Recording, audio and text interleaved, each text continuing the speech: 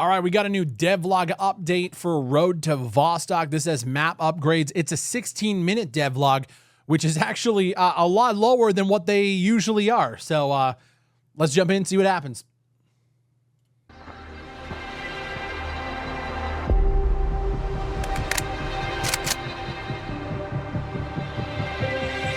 Hey, we're still on Godot, huh? All right.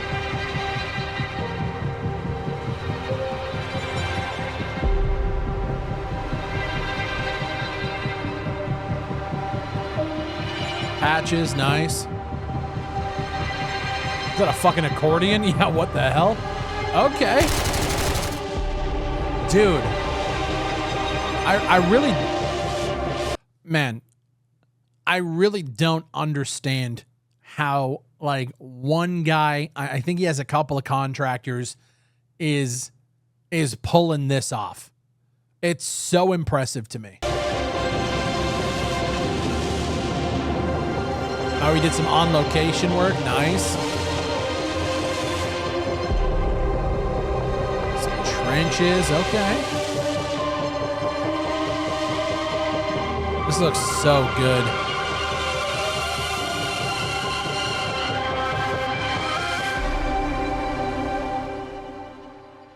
Cool. Hi. Welcome to Road to Vostok devlog episode 13. This devlog will be a bit more compact than usual, because I'm quite busy at the moment preparing the next and the last Road to Vostok demo for this month. Okay. Speaking of that demo, let's quickly see how the project is progressing at the moment. So he said that there's going to be another demo this month, which is awesome. I'm probably going to end up playing that on the main channel, just so everybody's aware. I'll react to stuff here, gameplay's on the main. The same roadmap can be found on the project's website, and you're currently looking at the so-called Phase 1. Which is basically the demo phase of Road to Vostok. Yeah. This first phase comes to an end this year with this final demo that I'm currently making called Public Demo 2 version 2. Okay. The specific demo will be a significant improvement over the last one, and it will include AI overhaul, map upgrades, task system, crafting system, armor system, dynamic ambient, ammo types, starting kits, new trader called Doctor, new weapons, new items, and so on. Okay. I will be covering that phase 2 of the project in a separate livestream next month, but in a nutshell, the next phase is all about making the first commercial product of the game. In other words, getting to the early access milestone. But let's... Man, that's so fucking awesome. Like, we're actually entering the early access phase. So let me actually look at this while we're here. Build branches. So Q3 2024, demo branch, commercial branch. And then we're getting early access maps, school, store, out. And like, dude, he crushes the content. So this is going to be no thing. Faction bosses, faction events, release candidate 1, playtest group, release candidate 2, playtest group, and then Steam early access. All of these are TBA. When it comes to this video, the main purpose of this devlog episode is to give a small preview of what the upcoming demo will look like and what upgrades have been made to the current maps. Okay. On top of this devlog contains few extra features that I haven't really talked about yet, and as usual, a peek behind the scenes of how this game is being developed in terms of custom tools and assets. But first, let's start with something a little more special. You may remember last year when I introduced the Kar-21 weapon with the aim of bringing these unique Finnish elements into the game. I basically want to continue with the same mindset this year and bring real Finnish equipment to Road to Vostok that cannot be found in any other game yet. At least not officially. So let's start this video with this one special collaboration that I've been planning for quite a long time. Okay. Enjoy the devlog. Cool. Greetings from Karstula, Finland.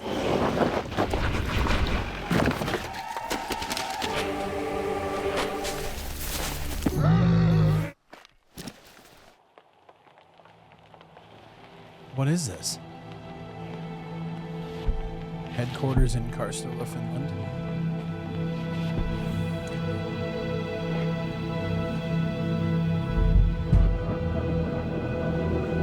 Savotta. Factory visit, dude. Honestly, like, take the development of the game out of it. Like, Anti's like, he's out here living like a dream. He's creating something that's fucking amazing. He's going to like on-site locations, collaborating with people, collaborating with people. This is very fucking cool, man.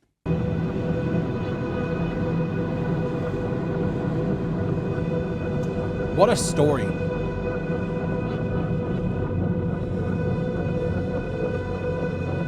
And he's like vlogging it all. Like, it's kind of insane what he's able to do.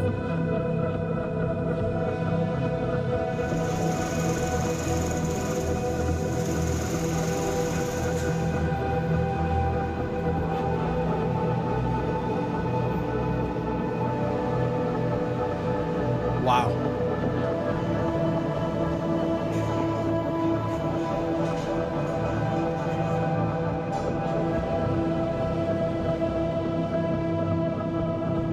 Huh.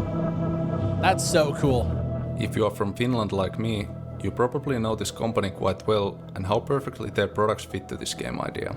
Okay. And for those who haven't heard about Savotta before, here's a quick summary. Sure. Savotta, also known as Savotta, is a family-owned business and it designs and manufactures high-quality equipment for demanding professional and recreational use in extreme environments. Cool. Savotta has quite a long heritage in Finnish equipment and military culture, and their roots go all the way back to 1950s.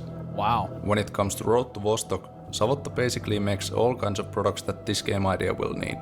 They make all kinds of load-carrying equipment, from small accessories to backpacks, various sleeping and camping gear, and also some pretty unique special-purpose tents. And am I crazy? Like, are those in-game models, or are those the actual models themselves? And camping gear, and also some pretty unique special-purpose tents.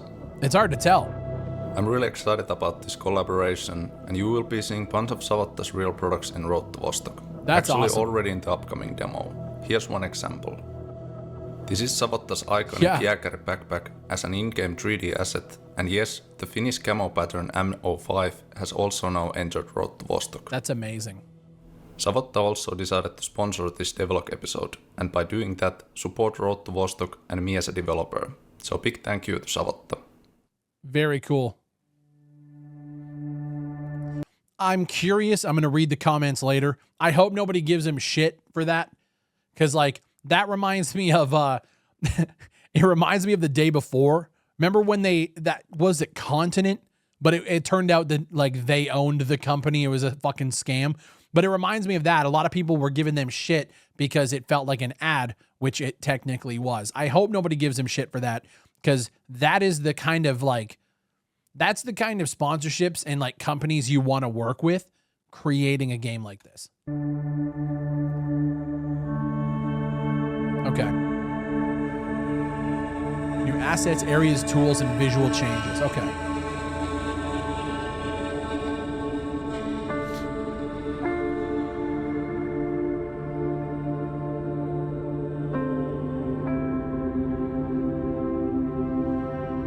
Looks incredible.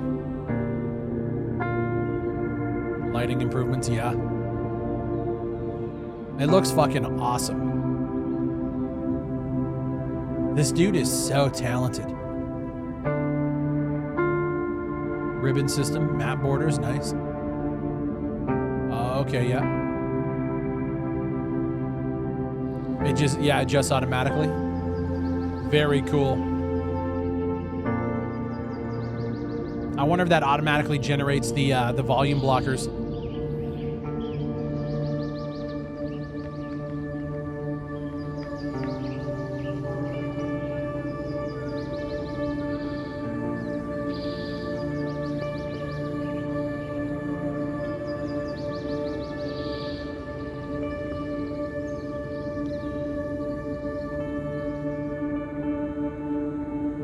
Underground elements, okay. Salpoline generator, nice.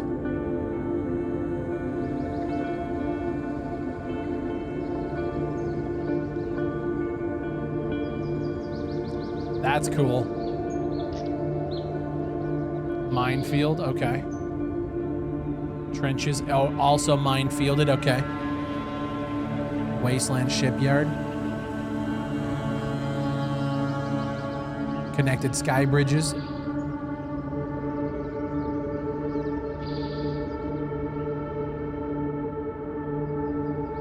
This looks incredible.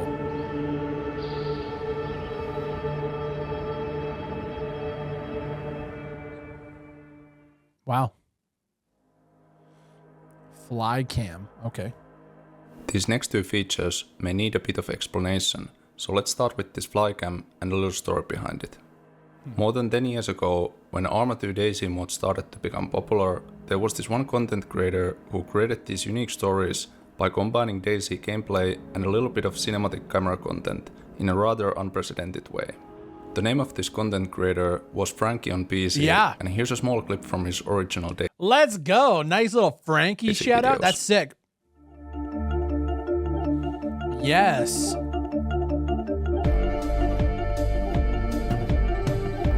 Oh man, so he's bringing a Flycam to Vostok.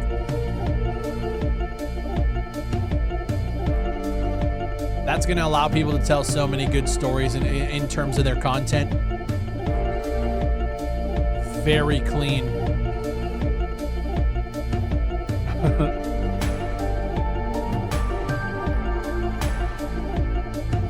Wow. I strongly believe that these small cinematic scenes played a big part in terms of the storytelling of these videos, Oh, yeah. and Frankie know how to combine them really skillfully with the actual game content.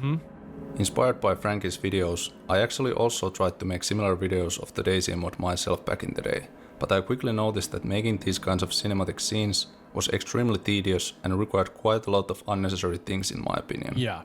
I decided already back then that if I ever start developing my own game sometime in the future, I truly want the native support for this kind of feature, which will make it easier for myself to make these cinematic videos about the game and also for other players who want to maybe do similar things. Love it. So here's how this is now implemented to Road to Vostok. Okay. In the main menu, there's now a tools section, under which you can find a tool called Flycam. After that, you can select the map where you want to take the Flycam. Let's select the village map for example. Okay. When you spawn on the map, you will see the Flycam HUD in the lower left corner, and you have now access to multiple different tools and settings. You can for example change the time of day and the weather directly with hotkeys. You can also rotate the sun and change its brightness dynamically between different Oh, lighting wow. conditions.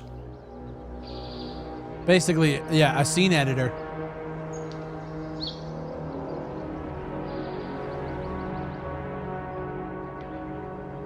Fuck yeah, that's so cool. Then you can move and slide the camera at multiple different speeds.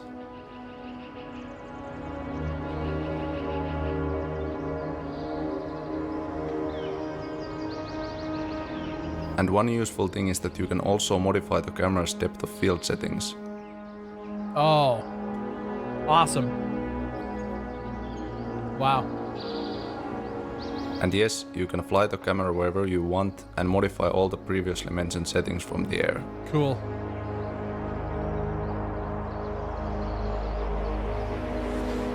Look at that. That's so sick. Content creators, take notes. The reason why many games do not give the player or the content creator this Flycam option is because it allows access and vision to places that cannot be reached with a normal character controller. It's also a fair argument to say that with the help of these Flycams, you can in a certain way cheat and study the maps in advance without any risk. That is But I true. believe there's few easy solutions for this problem. Yeah. For example, here are a few rules and limitations for Road to Vostok Flycam. Okay. Number 1, the maps must be visited first through the base game very before they cool. become available in the Flycam menu. Number 2, Flycam uses normal collision detection like in the base game. In other words, it cannot fly through surfaces or colliders. Okay. And number 3, certain important rooms and areas cannot be seen in Flycam mode. These can be, for example, in the future related to lore of the game or something else that can be classified as somewhat secret. Interesting. I admit that this Flycam feature is a bit experimental, but I think it's definitely worth trying because it significantly increases the possibilities for creative storytelling. Oh yeah. I actually tested this concept by giving this Flycam to a friend to try who had no previous experience with these kinds of features. Yeah. I gave him around 5 minutes to capture a few videos on the village map. Here's an example of what he recorded in a few minutes. This is cool. Okay.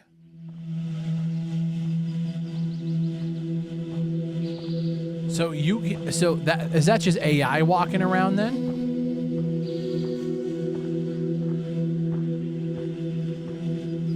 Oh yeah, you can get cinematic as fuck with it. Look at that.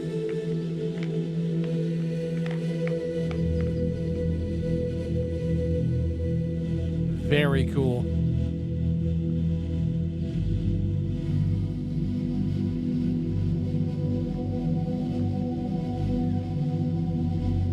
Wow.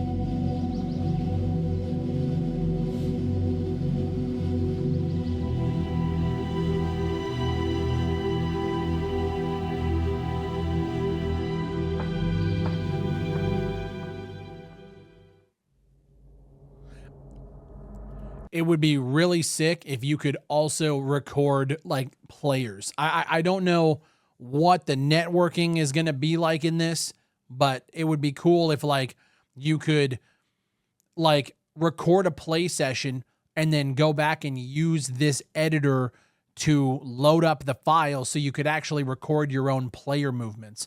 That would be sick. More games should do that.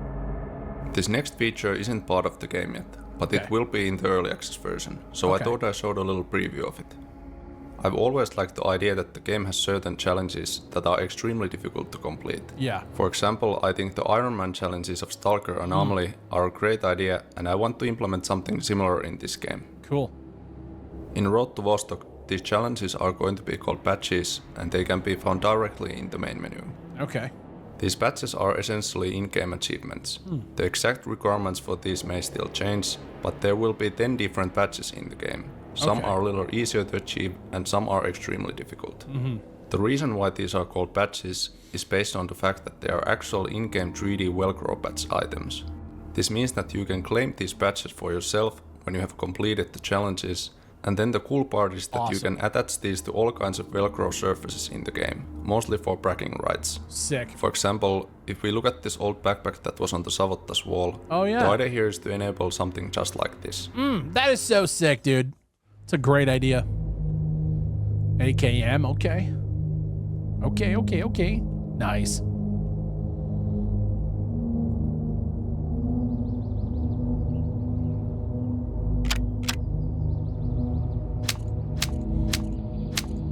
I'm not gonna lie, I can't wait to see an overhaul of this menu. The weapon looks good. The menu definitely needs a cleanup, but I love it. This is so sick.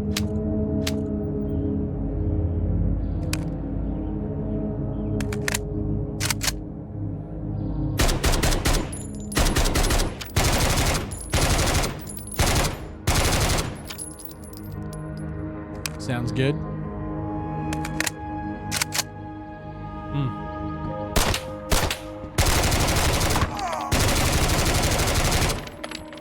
It's shaping up pretty well, man.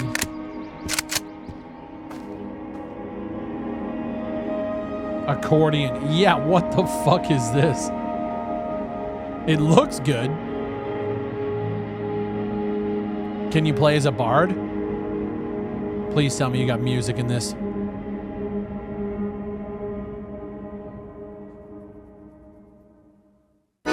Let's go.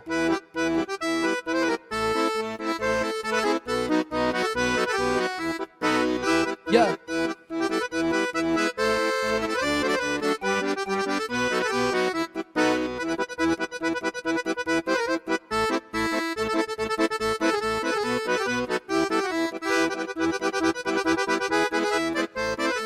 All right. All right, listen, if you guys haven't played Road to Vostok, there is a demo available now on Steam. I've covered it a few times on the channel. Every time one of these new updates come out, I jump in, see kind of how the game's progressing. I will admit, it is like a technical demo where like you have a small play area. You can affect things like, you know, the day-night cycle, the weather. You know, you can play around with a couple of different weapons. You can see how the inventory system works. You can kill a couple of AI, but realistically, that is about it. That being said, it is a good feature test for what this game has to offer at the current moment.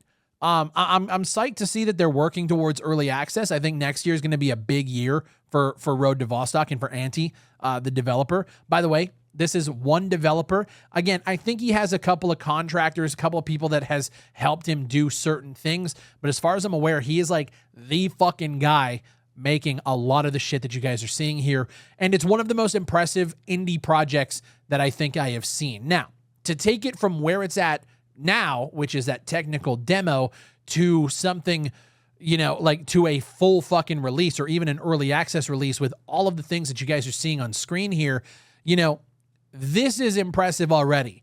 To take it from phase 1 to phase 2 is a whole other fucking animal. So I'm curious to see how the next year is going to go for him. I wish him all the best. If you guys haven't checked it out, I strongly urge you to check it out. It's been a delight to watch the fucking game go from where it was to where it's at. And he's so transparent. He does fantastic devlogs. He's editing all of this stuff himself. He's making the game himself. An absolute monster in the indie space. So if you guys haven't checked it out, I'll have all of the links down below. While you're down there, leave a like on the video, leave a comment, let me know what you guys think of Road to Vostok, and I'll be sure to cover this when it gets into its next testing phase for the next demo on the main channel. As always, my name is Bigfry, and this has been more Bigfry, and I'll catch you on the next one.